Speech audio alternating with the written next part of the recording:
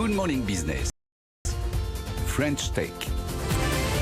Il va peut-être encore révolutionner la restauration. Victor Luguer, le cofondateur de Big Mama, cofondateur et président de Sunday, bonjour. Bonjour. Bonjour Christophe, bonjour Sandra. Alors vous allez d'abord vous lever 20 millions, ce qui est pas mal, pour un spin-off. En gros, vous voulez révolutionner la manière dont on demande l'addition et qu'on paye, et la manière dont on paye. Expliquez-nous comment. Sunday, c'est le moyen le plus rapide au monde de payer au restaurant. Vous avez tous vécu ce moment où on est là en train de discuter et on se fait une crampe à l'épaule pour demander l'addition, 5 minutes. Pour attendre la machine, 5 autres minutes, et demander une note, encore 5 minutes. Aujourd'hui, vous prenez votre téléphone, vous scannez un petit QR code sur la table et la première chose qui s'affiche sur votre écran, sans créer un compte, sans télécharger une app, c'est votre addition. Vous appuyez une fois sur votre écran pour laisser du pourboire, une deuxième fois sur le bouton paye, payez 7 secondes, vous vous levez et vous partez. Les restaurateurs gagnent 15 minutes par table. Les serveurs ont 40% de pourboire en plus. C'est ce qu'on a constaté sur plus de 100 000 tables, sur plus de 500 000 clients. Et où vous l'avez expérimenté du coup ? En province, à Paris, à Londres, à Madrid, dans des restos qui pour certains sont assez chics, qui dans d'autres vendent des pizzas à 10 euros. Tout le monde adopte ce système de manière extraordinairement intuitive. Tenez-vous bien, depuis la réouverture en Angleterre cette semaine, c'est 95% des paiements qui sont faits comme ça. Mais c'est énorme.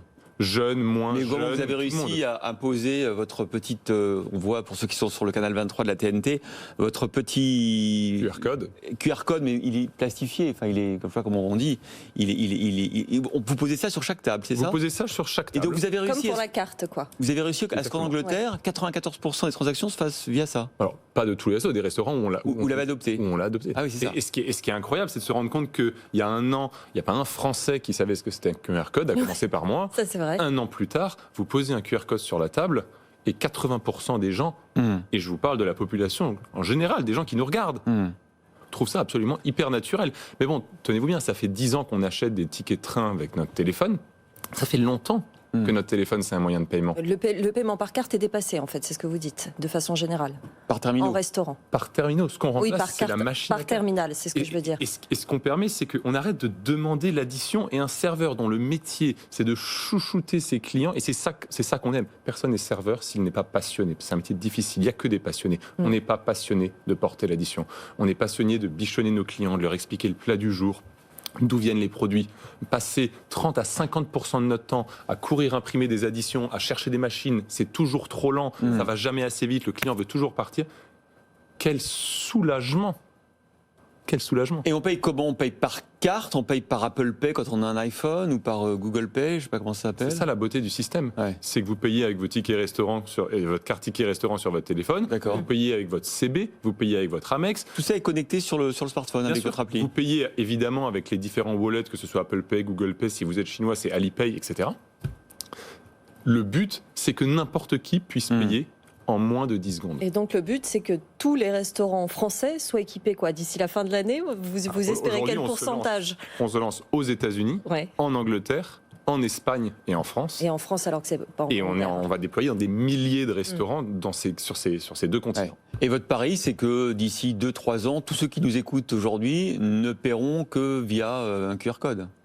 Tenez-vous bien, il n'y a plus beaucoup de monde dans les guichets SNCF, ça fait 10 ans qu'on achète des tickets de train, on commande aujourd'hui un taxi avec son téléphone, on se fait livrer de la nourriture et ses courses chez soi avec son téléphone. Je pense que dans 3 ans, le monde entier paye au restaurant avec son téléphone.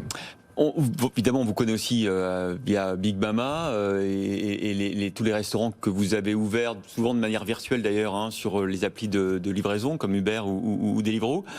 Comment ça a fonctionné, cette année de confinement pour vous, en termes de chiffre d'affaires ? Alors, quand on est fermé, on est réduit à la livraison. Dans les restaurants où on a été ouvert, je vous parle de Madrid. À Madrid, on n'a pas refermé depuis mai dernier. On pose ça sur la table, c'est 15% de chiffre d'affaires en plus, parce que les tables tournent plus vite. tenez-vous mieux, c'est 10% de ticket moyen en plus. Pensez à toutes les fois le roulement dans le restaurant, c'est ça que je voulais dire. Pensez à toutes les fois où vous êtes au restaurant et vous êtes dit « Ah non mais là, il n'y a pas de café, pas de dessert, j'ai pas le temps, à 14h j'ai un rendez-vous, il faut encore que je paye, ça va me prendre 15 minutes. » Vous avez vécu ça, vous aussi Christophe, on l'a tous vécu. Mais je reviens quand même à Big Mama, vous avez un peu virtualisé, c'est presque de la dark kitchen ce que vous avez fait via les applis de livraison, non quand même? Alors, Big Mama, on a lancé en parallèle Napoli Gang, qui était notre pari de dire est-ce qu'on va réussir à démocratiser la pizza en livraison et à désindustrialiser ce produit qui aujourd'hui est trusté par des géants américains. Ça a fonctionné, vous êtes content des résultats? On a livré plus d'1 million de pizzas cette année.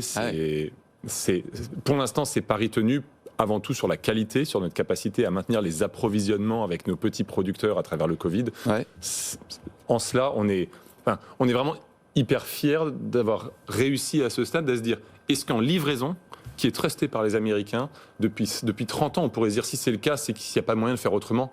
On a réussi à faire autrement. Et à faire la preuve qu'on peut mettre des produits d'extrêmement bonne qualité, faire une société à mission dans ce secteur pourtant tellement décrié. Vous avez 24 établissements, 14 dans la capitale, une date de réouverture, pas de date de réouverture, un pronostic. J'aimerais inviter Emmanuel Macron et poser lui la question. Vous n'avez pas d'infos? Aucune. Ok. Bon.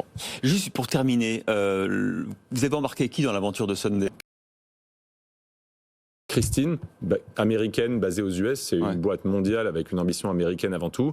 Tigrane, avec qui on est associé depuis 7 ans maintenant. Tigrane Sédou, Et ce qui a fait, je crois, que cette levée de fonds, elle est record dans son montant. L'engouement pour le financement ne fait que refléter deux choses. D'abord, l'engouement des clients. Quand on pose ça sur une table et 80 à 90% des gens payent comme ça, on se dit c'est un usage qui est en train de basculer. C'est maintenant, c'est pas dans 3 ans. Et 2, c'est avant tout des restaurateurs, des hôteliers qui ont investi à nos côtés. Vous avez des concurrents déjà dans le domaine? Pas que je sache. Vous avez déjà vu ça au restaurant? Non, mais non, c'est pour ça que je juste pour la carte. Mais allez, pas pour, Sunday avec le cofondateur de Big Mama, Victor Luget, ce matin dans la French Tech.